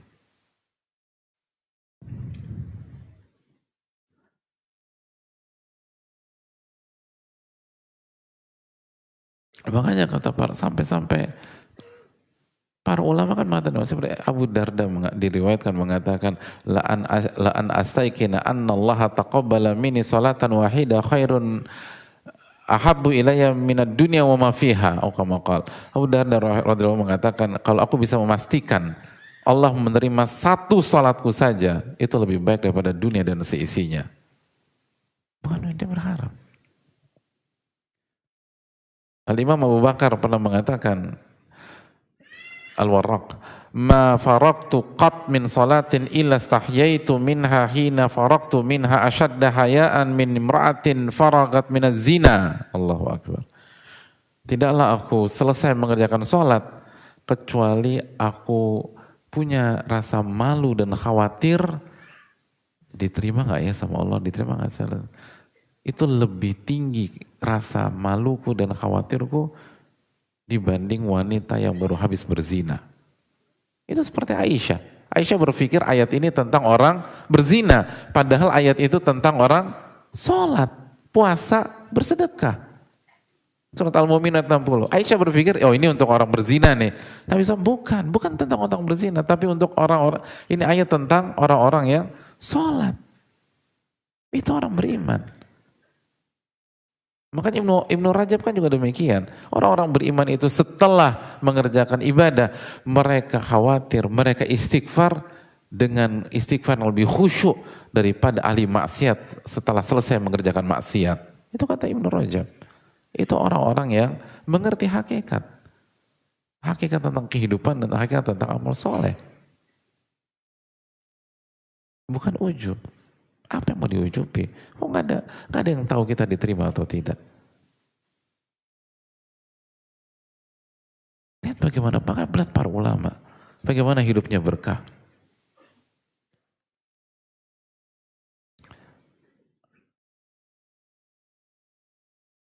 Mereka khawatir, bukan ujub. Diriwayatkan Imam Al-Mawardi rahimahullah itu menulis kitab. Tapi buku-bukunya tidak ada yang dicetak. Sampai beliau memberikan wasiat, nanti kalau saya mau wafat, perhatikan saya ya gitu. Nanti kan saya akan kasih clue insya Allah. Kalau saya kasih clue, cetak. Kalau enggak, punahkan hadir. Kenapa? Khawatir tidak ikhlas dan khawatir tidak diterima oleh Allah Subhanahu wa Ta'ala. Itu. Dan khawatir bukunya terkenal, bestseller, dan akhirnya ujub dan ria dan seterusnya. Itu kegeeran aja kali Pak Ustadz. Enggak, benar. Dan pada saat itu pas mau wafat dilihat dan beliau kasih clue, cetak buku saya dan beliau wafat, dan akhirnya dicetak setelah beliau wafat dan buku-bukunya bestseller. Nama besar. Al-Imam Nawawi rahimahullah ta'ala diriwayatkan itu sampai ingin memunahkan salah satu kitab beliau. Khawatir apa? Khawatir nggak diterima sama Allah. Khawatir ujub, khawatir ria, khawatir. Apa dalam riwayat, apa buku yang ingin beliau musnahkan? Raudatul Talibin. Allahu Akbar, Raudatul Talibin. Dan buku itu menjadi nama buku besar pada hari ini dalam ilmu fikih. Itu para ulama, mereka ngerti. Mereka nggak terpukau. Bahkan mereka menutup pintu-pintu. Makanya gelarnya Imam Nawawi apa hadirin? Imam Nawawi rahimahullah ta'ala. Gelarnya apa? LC. Ya bukan LC lah hadirin sekalian. Oh LC itu loh. Muhyiddin. Muhyiddin. Apa arti Muhyiddin? Penghidup agama. Jadi seakan-akan beliau dengan karya-karya menghidupkan lagi, menggeliatkan kembali agama Allah SWT. Itu gelar yang fantastik. Hadirin saya ingin tanya, kalau hadirin mendapat gelar Muhyiddin gimana perasaannya? Coba ada yang punya gelar Muhyiddin di sini? Atau namanya Muhyiddin? Jadi bukan gelar, emang bapak saya kasih nama saya Muhyiddin. Muhammad Muhyiddin saya Pak Ustadz, Masya Allah. Atau terlepas hukumnya, nah kita nggak bahas itu ya. Muhyiddin itu di atas PhD hadirin. Di atas profesor, Muhyiddin. Tapi apa respon beliau? Respon beliau, ma aj'alu fi hillin man laqabani Muhyiddin. Saya nggak halalkan, saya akan tuntut orang yang memberikan saya gelar Muhyiddin. Allahu Akbar. Lihat, mereka menjauh dari sikap ujub. Mereka tahu apa artinya karya-karya saya. Kalau Allah nggak terima, nggak ada artinya. Baru berarti kalau Allah terima. Siapa yang bisa memastikan? Justru gelar-gelar seperti ini bikin repot saya untuk menata hati. Semakin gelar hadirin tinggi, semakin berat menata hati. Kan begitu. Ya tidak. Semakin tinggi ranking hadirin di kelas, semakin mudah atau semakin berat menata hati? Hah? Mana yang lebih berat menata hati? Ranking 1 di atas atau ranking 1 dari bawah? Hah? Siapa di antara, ada nggak pernah ngeliat orang yang ranking 1 paling bawah, nilai fisika 2,5, kimia 2,4, lalu biologi 1,5, lalu matematika 2,0, lalu ujub dia, terpukau dengan diri. Apa terpukaunya? Itu nggak punya perasaan tuh orang. Kok angka segitu masih ujub? Nggak benar. Orang yang ujub itu yang nilainya 9, yang 10,5, 10,5 bayangin. Saking bingung gurunya nih udah kasih 10,5 nih. Itu baru potensi ujub besar. Semakin tinggi gelar kita, semakin berat kita menata hati. Itu poin. Gitu lah. Berarti dulu keputusan saya putus sekolah benar Pak Ustadz? Ya enggak juga. Tergantung, terlalu prematur mengatakan benar atau tidak, tergantung apa alasannya dan pertimbangan maslahat mudaratnya, itu aja poin. Tapi bukan ditentukan dari sisi ini semata. Jadi hadirin Allah muliakan, lihat bagaimana para ulama menjauh dari sikap ujub, gak mau.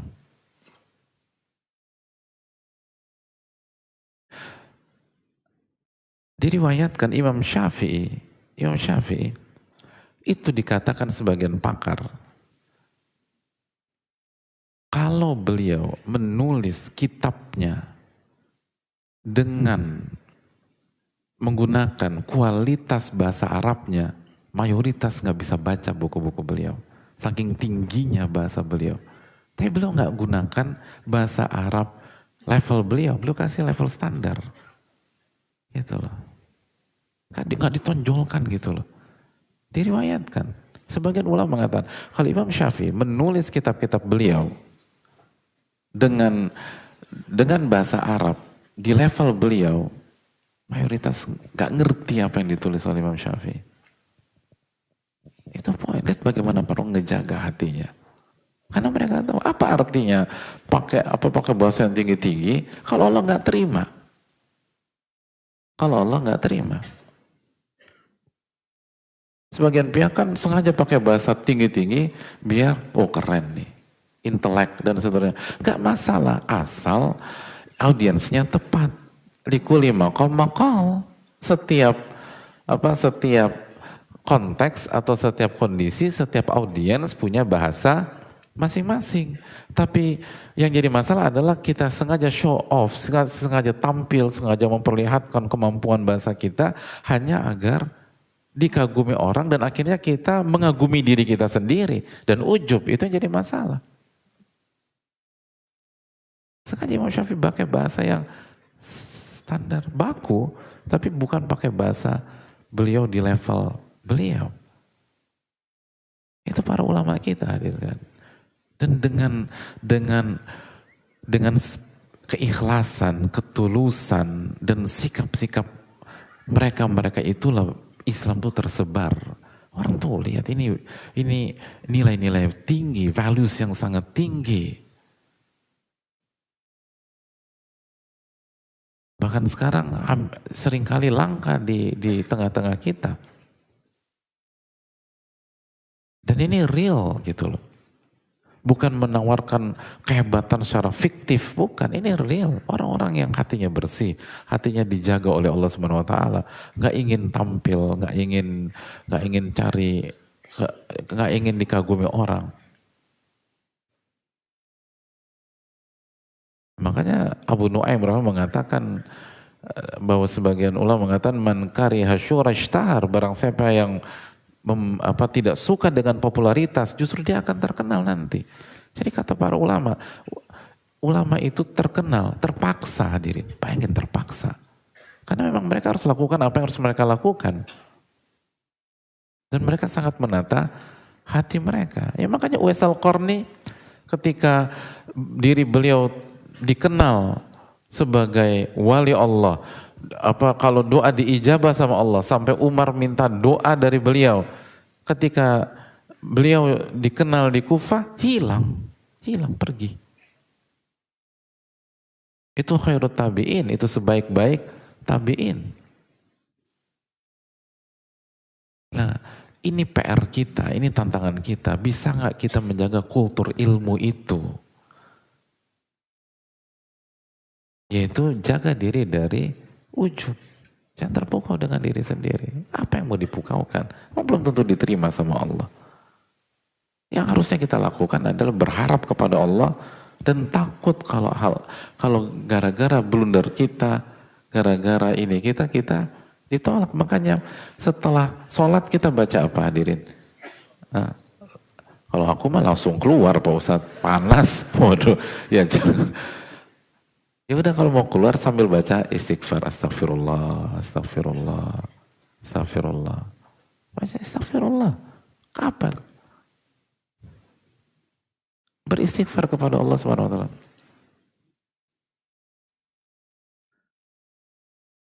Padahal kita habis mengerjakan rukun Islam yang kedua.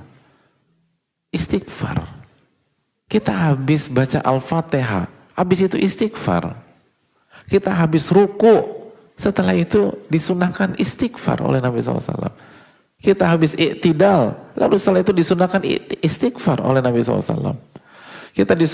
Kita baru habis sujud. Akrama yakunul abdi min rabbi wa huwa sajid fa akthir du'a. Oh, kama qala Nabi SAW. Posisi terdekat seorang hamba dengan Rabbnya adalah ketika sujud, maka perbanyak doa. Kita baru mengerjakan ibadah yang merupakan posisi terdekat seorang hamba dengan Allah. Paling dekat dengan Allah. Orang ketika dekat dengan idolanya, idolnya atau orang terkenal, dia di bidang-bidang dunia, orang itu akan bangga, akan ini segala macam. Justru di kita, setelah kita mengerjakan ibadah atau amalan di mana posisi kita sangat dekat dengan Allah, justru Nabi kita menyuruh kita untuk istighfar, bukan ujub. Padahal itu momen ujub yang paling paling paling real atau paling realitas. Tapi bukan disuruh ujub, disuruh istighfar. Istighfar. Itulah konsep kita, hadirin sekalian. Kita disuruh istighfar. Ini menunjukkan bahwa kenapa? Karena kita tidak tahu apakah diterima dan kita berharap Allah berkenan mengampuni segala khilaf dan dosa-dosa kita. Dan sekali lagi kita berharap bahwa Allah Subhanahu wa taala berkenan mengampuni kekurangan kita pada saat kita sholat tersebut. Jadi itu setelah wukuf di Arafah, thumma afidu min haitsu afadhan nas wastaghfirullah. Setelah wukuf di Arafah, setelah 6 sampai 7 jam doa kepada Allah. Di momen sebaik-baik doa, doa pada hari Arafah. Doa pada saat wukuf di Arafah. Setelah itu Allah perintahkan kita untuk apa? Istighfar. Allahu Akbar. Istighfar. Nabi SAW Al-Hajju Arafah, inti dari haji Arafah. Dan sebaik-baik doa, doa di padang Arafah, di hari Arafah. Setelah itu disuruh istighfar kita. Suruh nunduk, bukan suruh ujub, bukan suruh membanggakan diri. Saya udah wukuf, saya udah sah. Bukan disuruh. Suruh nunduk, nunduk. Itu yang diajarkan Nabi kita alaihi salatu wassalam. Maka semakin ngaji, harus semakin nunduk kita hadirin. Semakin merendah, semakin tawadhu, semakin sadar, semakin takut kepada Allah, semakin berharap kepada Allah. Bukan semakin membanggakan prestasi kita yang ilusi tersebut. Dan itulah wajar ketika ulama mengatakan bahwa ujub adalah, mohon maaf, kedunguan yang berlebihan. Dungu aja sedikit nggak enak. Ini overdosis dungu hadirin. Nasallallahu afiyah.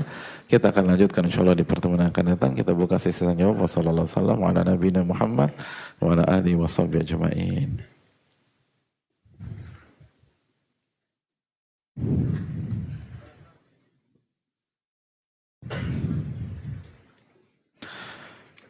Assalamualaikum warahmatullahi wabarakatuh. Waalaikumsalam warahmatullahi wabarakatuh. Ahsanallahu ilaikum. Semoga Ustadz dan keluarga dan tim seluruhnya dalam keadaan sehat dan dalam limpahan karunia Allah. Amin ya rabbal alamin wa iyyakum. Begitu juga yang bertanya dan kita semua. Dan jangan lupakan doakan para ulama-ulama kita hadirin sekalian. Semoga Allah merahmati para ulama-ulama kita yang masih hidup maupun yang sudah wafat. Amin ya rabbal alamin. Maaf hendak mengganggu waktunya. Kami hendak bertanya apakah boleh kamu minta waktu konsul dengan Ustadz khusus untuk ibu saya. Qadarullah wa masyafa'al, ibu saya didiagnosa hepatoma, kanker hati stadium 3B atau 4. Khusus kanker hati sampai 5 stadiumnya. Namun sampai sekarang ibu tidak tahu stadiumnya, namun tahu terkait kanker hatinya. Saya pikir ibu saya butuh nasihat dari orang yang berilmu terkait menerima takdir dan ridho, bahkan bersyukur menerima takdir tersebut. Sepertinya ibu perlu diberi semangat jiwanya. Sepertinya kami sebagai anak kurang maksimal dan jelas kurang ilmunya.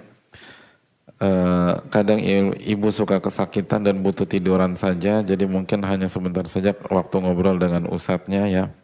Dan insya Allah kalau ibu mau nanti ibu ngobrol berdua dengan ustadz saja tanpa dengan saya.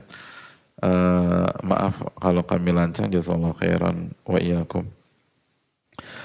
Yang pertama, alhamdulillah afana mimma ibtalaha bihi wa faddalana ala katsirin mimman khalaqa tafdila.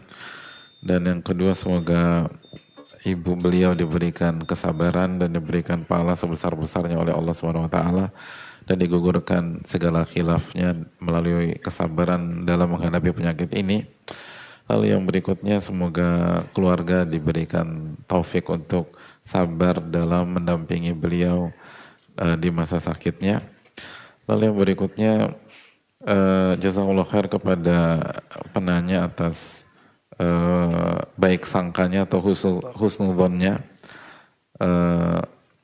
menyatakan bahwa saya orang yang berilmu, walaupun sekali lagi saya nggak pantas disampaikan demikian, tapi kita hanyalah tuwailibul ilm, penuntut ilmu junior yang berusaha untuk menunaikan kewajiban yang Allah perintahkan untuk saling tanasuh, saling berbagi dan di antara kita.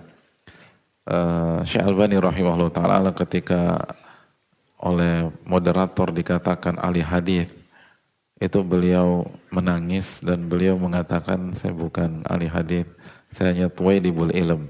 Tuwaidibul ilm itu tuh penuntut ilmu junior. Ya kalau Syekh Albani penuntut ilmu junior, ya kita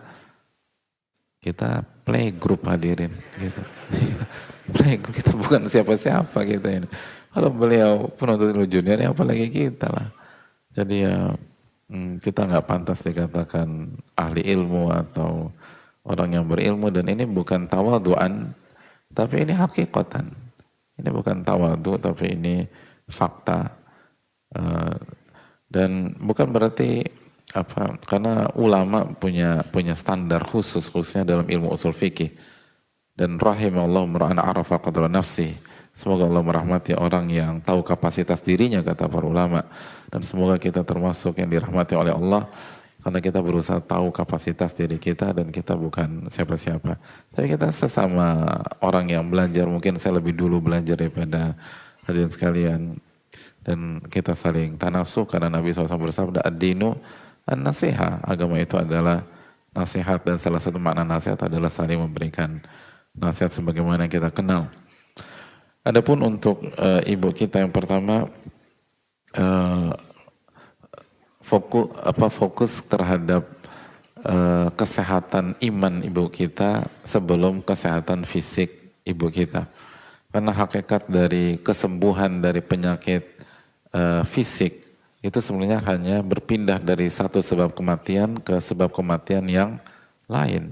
Itu aja sebenarnya. Kita berjuang untuk mengobati sebuah penyakit. Itu sebenarnya kita berjuang untuk berpindah dari satu penyebab kematian ke penyebab kematian yang lain. Nggak bisa lebih dari itu. Maka sekali lagi yang harus diprioritaskan apabila kita punya kondisi seperti ini adalah tetap perjuangkan pengobatan ibu kita. Namun di sisi lain kita harus lebih memperjuangkan kesehatan iman dan ketakwaan ibu kita tersebut. Itu yang pertama. Yang kedua, dan kalau misalnya butuh sesi yang lebih privat, semoga Allah mudahkan hal tersebut. Tapi setidaknya di forum yang semoga Allah terima ini,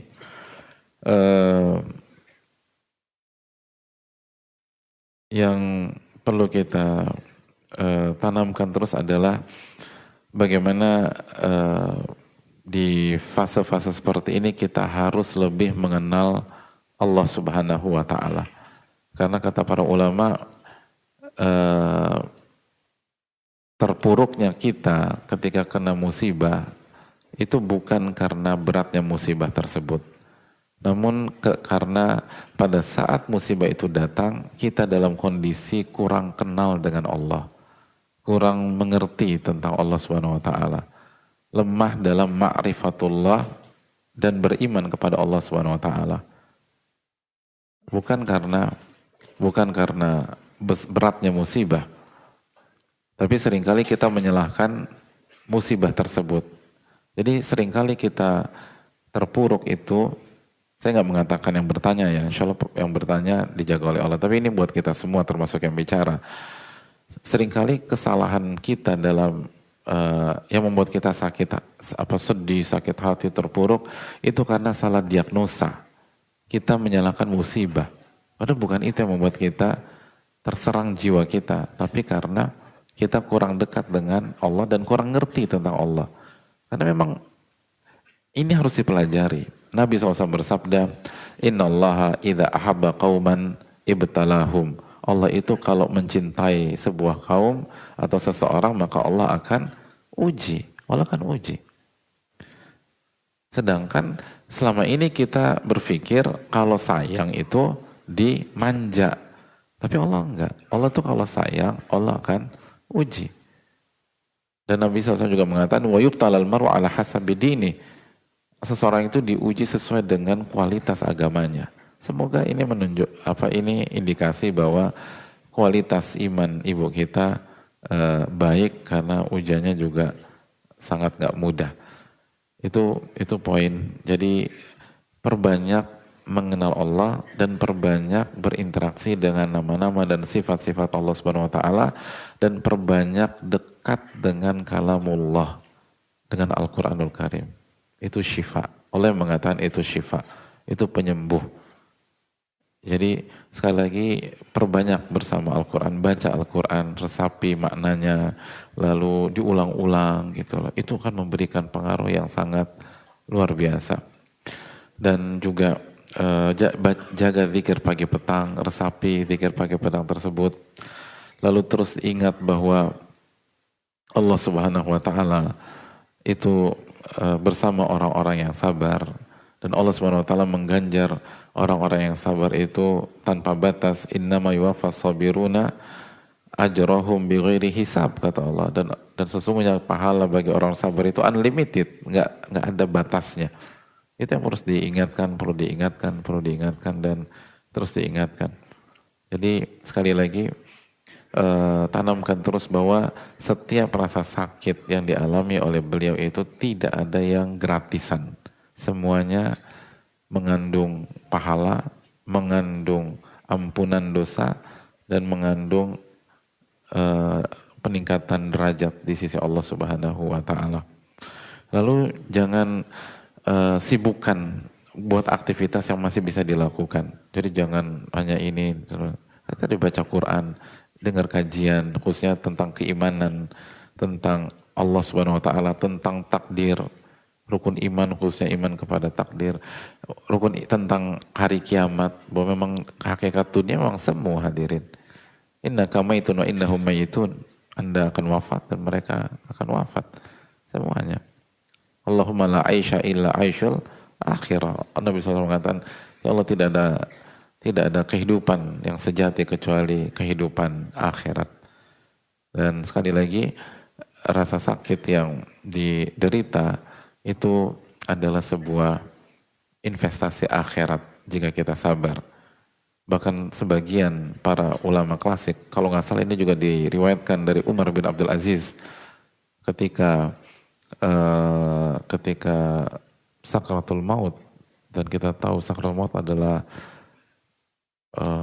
sakit yang sangat luar biasa, makanya dinamakan sakarat, atau kita bisa sekarat, artinya rasa sakit yang bisa menghilangkan kesadaran, saking sakitnya. Dan Nabi SAW mengalami itu. Dan Aisyah ketika tahu sakitnya gimana, beliau berharap beliau tidak mengalami itu. Tapi begitu melihat suaminya, nabinya SAW mengalami itu, kata beliau, saya putus asa. Atau kalau Nabi saja mengalami, ya bagaimana dengan saya? Itu rasa sakit yang sangat mengerikan, hadirin. Tapi sebagian ulama, sebagian diriwayatkan Umar bin Abdul Aziz, itu menyatakan, saya berharap dipanjangkan sakaratnya. Kenapa? Karena itu kafarat dosa terakhir sebelum wafat dan masuk ke alam kubur. Allahu Akbar. Sampai mikirnya demikian. Saya berharap dipanjangkan karena itu kafarat dosa terakhir. Tahu kafarat dosa maksudnya? Penggugur dosa terakhir di dunia. Karena setelah kafarat, wafat, selesai. Daripada saya kena di dalam kubur, mendingan di sini. Itu jauh lebih rendah. Jadi sampai berpikir demikian para ulama. Saya berharap dipanjangkan udah. Karena ini kesempatan terakhir untuk digugurkan dosa. Karena mereka yakin-yakinnya bahwa tidaklah seorang mukmin tertimpa rasa sakit kecuali akan dihapuskan dosa-dosanya. Makanya kata Nabi SAW kepada Ummul Ala, abshir ya Ummul Ala, bergembira wala Ummul Ala, fa inna maradul mu'min yudhibu khataya kama tudhibun naru khabatal hadid, atau kama qal. Bergembira Ummul Ala lagi kesakitan, hadirin. Tiba-tiba Nabi SAW datang, lalu membangun atmosfer gembira Ummul Ala, karena sakitnya seorang mukmin itu menggugurkan dosa sebagaimana api menghilangkan karat dari besi. Nggak mudah, hadirin. Dan bicara gampang, atau bicara jauh lebih mudah. Apalagi penyakit seperti ini, nas'alullah al-afiyah, semoga Allah jaga kita semua. Tapi ketika ibu kita atau saudara kita mengalami ini, atau siapapun di antara kita yang sedang mengalami penyakit seperti ini, yakinlah bahwa walaupun tidak mudah, tapi ketika Allah takdirkan itu kepada kita, Allah berfirman, la yukallifullahu nafsan illa wus'aha. Allah mentakdirkan itu karena Allah tahu dengan ilmunya yang maha sempurna bahwa kita mampu melewati itu. Mampu melewati itu. Yang belum tentu, yang kasih nasihat kita mampu mengalami itu. Jadi mungkin apa? Ya kalau ngomong gampang, coba ngalamin. Iya, bisa jadi memang kita nggak diuji itu karena Allah tahu kita nggak mampu. Tapi kok saudara-saudara kita ngalami itu karena Allah tahu mereka mampu, mereka kuat. La yukallifullahu nafsan illa wus'aha. Allah nggak membebankan seseorang kecuali sesuai dengan kemampuannya. Dan yakinlah itu. Dan Allah pasti tolong. Dan pertolongan Allah sesuai dengan ujian yang Allah berikan kepada kita.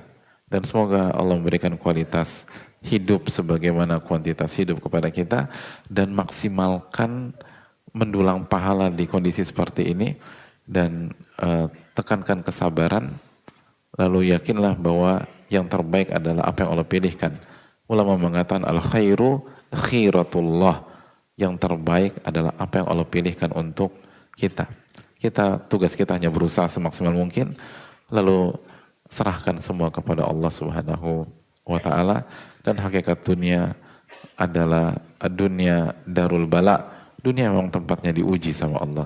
Dunia darul imtihan. Dunia memang tempatnya imtihan. Dan dunia fana. Nggak akan selama-lamanya. Ini yang bisa disampaikan. Semoga Allah memberikan taufik kepada kita. Dan semoga Allah menjaga keluarga yang bertanya dan keluarga kita semua. Makasih banyak dan semoga Allah terima amal ibadah kita. Dan kembali ke poin kita awal, kita di sini bukan hanya untuk belajar, tapi kita niatkan untuk mengamalkan apa yang kita pelajari agar ilmu ini bermanfaat dan kita berubah menjadi lebih baik lagi dan terjaga dari sifat ujub.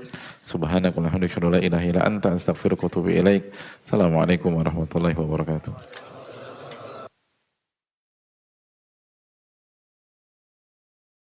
Mau belajar tahsin Al-Fatihah tapi masih mikir-mikir, program tahsin Al-Fatihah itu apa ya? Kegiatannya itu kayak apa? Memang penting banget ya? Apa saya boleh ikutan? Biar nggak penasaran, yuk kita dengerin langsung obrolan bersama beberapa guru program tahsin Al-Fatihah bersama Muhajir Project Tilawah. Jadi halaqah seperti ini kita tujukan untuk masyarakat-masyarakat yang ingin memperbaiki bacaannya, khususnya di surat Al-Fatihah, karena surat Al-Fatihah ini memiliki keterkaitan yang erat dengan sholat ya, karena dia merupakan syarat dari sahnya sholat seseorang, sehingga sangat penting bagi siapapun kaum muslimin untuk bisa membaca Al-Fatihah dengan benar. Dan sholat itu bukan kewajiban 1-2 orang, tapi kewajiban seluruh umat muslimin, sehingga perhatian kami adalah bagaimana dengan usaha ini bisa mengurangi masyarakat yang tidak atau belum bisa membaca surat Al-Fatihah dengan benar. Alhamdulillah, program yang kita jalankan adalah langsung hadir di halaqah-halaqah yang tersedia. Jadi dengan sistem talaki, yang insya Allah sistem yang paling optimal untuk belajar Al-Quran. Sang murid datang, lalu sang guru membacakan, lalu sang murid mendengarkan. Ya, jika ada yang salah, sang guru langsung membenarkan. Di antara kesalahan yang banyak Anda temukan, yang paling dasar mungkin membedakan huruf-huruf yang mirip ya, seperti membedakan hamzah dengan ain ya di lafaz a'udzu, di lafaz ta'awudz. Lalu zal dengan za, sebagian tidak mengeluarkan lidahnya jadi a'udzu atau siratal ladzina. Ya seharusnya lidahnya dikeluarkan. Ya lalu membedakan ha dengan ha, bismillahirrahmanirrahim. Lalu shad dengan sin dan seterusnya. Ya, antusias mereka sangat baik dan bisa kita lihat hingga malam seperti ini jam 9 lebih rumah tidak dari Jakarta saja, bahkan sempat Anda temui dari Jawa Barat yang jaraknya tidak 30-40 menit tapi bisa sampai 3 jam untuk bisa sampai di rumah, dan mereka masih ikut di halaqah malam sampai jam 9.15. Ini menandakan mereka punya kesadaran gitu untuk memperbaiki bacaan Al-Quran mereka. Antusias mereka dalam mengikuti tahsin yang diadakan ini sangat-sangat besar gitu. Mereka dengan semangat, dengan senang hati menerima setiap masukan dan koreksi yang mereka dapati di dalam halaqah tersebut. Ini menandakan ya mereka mau gitu belajar dan semangat. Ayo, belajar memperbaiki bacaan Al-Quran bersama Muhajir Project Tilawah melalui program beasiswa penuh Tahsin Al-Fatihah. Dukung pula perjuangan para penuntut ilmu melalui ragam program lainnya seperti pembinaan pengajar Al-Quran, pembinaan dai Islam, program pengambilan sanad Al-Quran, dan lainnya. Salurkan infak terbaik kita melalui CIMB Niaga Syariah 8600 1382 7500 atau melalui Bank Syariah Indonesia 1111 766 234 atas nama Muhajir Peduli Indonesia.